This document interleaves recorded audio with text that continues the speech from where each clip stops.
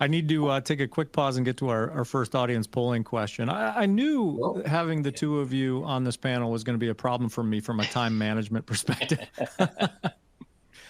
Polling question number one. This question is for you in the audience. Please make a choice here. Choose all that apply, in fact. What single-use technologies have you deployed in your R&D and manufacturing environments? I'm not going to read all those off. You can see them. Go ahead and choose all that apply. In the meantime, we'll continue with the conversation here and revisit the replies a little bit later. I want to talk a little bit about I guess the differences between single-use adoption in big bio versus small and medium-sized bio. And I want to get both your perspectives on this because I think you both have probably great perspectives. Mark, I mean, you worked in big bio for a long time, and now you're at Krystal, which is a decidedly smaller, less resourced in a nice kind of way. We'll say more agile biotech. And Paul, in your consultative capacity, I'm sure you've seen the gamut. So what are, I guess, some of the perspectives on the application of single use in big bio versus small and medium sized? Yeah, well, I mean, we're basically doing the same things, right? I mean, we need process equipment. We need it quickly. It needs to meet user requirements. That I'm always harping on that, but I mean, you got to think about what it is you want to do before you think about how to do that. So in a large company, I mean, I'll just tell you really quick. What we did at Merck is we set up a dedicated single-use engineering team that supported sites globally. At those sites, we often benefited from what I call deputies who were not single-use engineers full-time. They were generally process engineers or validation people, but some of them were quite expert with single-use technology. I would try to recruit them for my team. When they said no, I would use them as the deputy at the site. And in that way, what you had was a subject matter expert group that anybody in the company could draw on. And that subject matter expert group was charged with being very familiar with the industry, meeting people like Paul from the suppliers, knowing what was working, what wasn't working in various parts of the organization.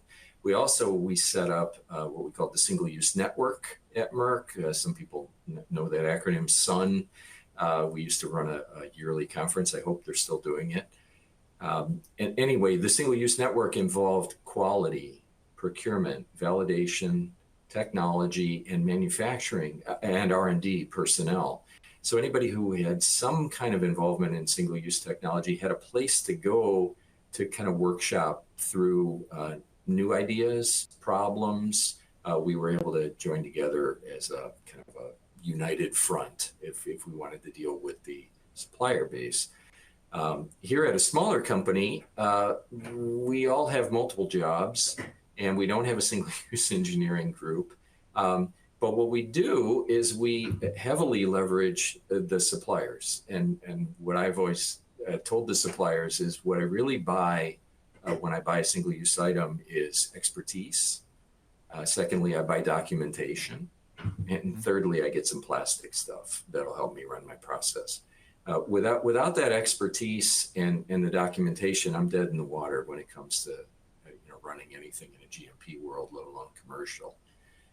So I think the difference is that we really rely on suppliers in a smaller company to do some of the engineering work that in the larger company we still relied on suppliers, but once we learned the lesson once, we were able to apply it ourselves. Here in the smaller company, generalizing that expertise provided by the suppliers is even more important. Yeah. Also, our timelines are shorter in a smaller company, and I mean we're just really, it's a struggle to move things through the clinical phases as quickly as possible to get going on commercial manufacturing, and so there's even more of a need for right first time than there would be in a big company where the ballast provided by the larger organization gives you a little bit of flexibility, not a lot, but a little bit of flexibility in timing. Yeah. Yeah, Paul, how reflecting on your time as a consultant and working with clients of all shapes and sizes and modalities, what are your thoughts there?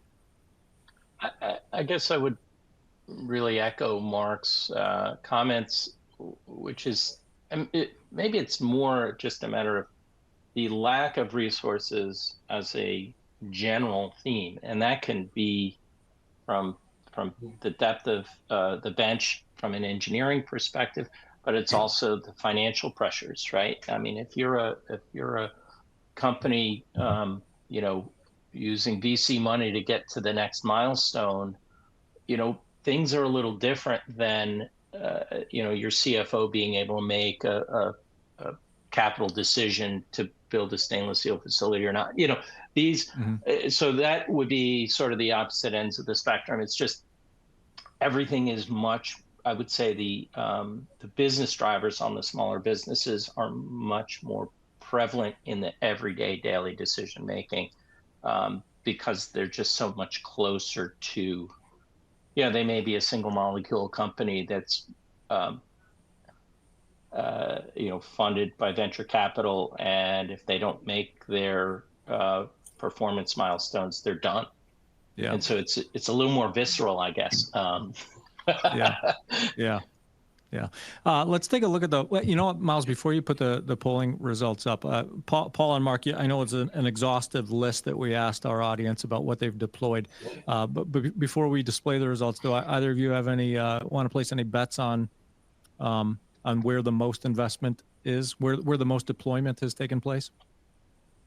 Well, just Filters. Historically, buffer and media bags were the first implementation. So clearly that would be dominating the landscape. And then as the age of a certain technology, you know, the younger the technology, the less the penetration rate.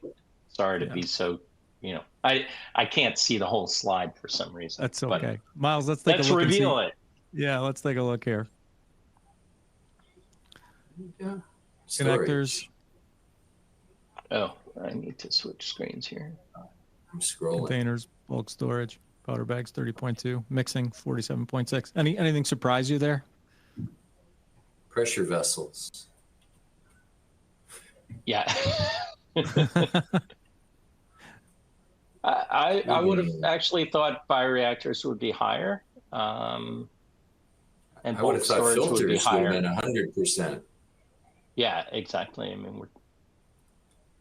mean, because to me, if you have a, you know, plastic vent filter on a tank, that's a single-use system, but it kind of depends on how we want to define single-use.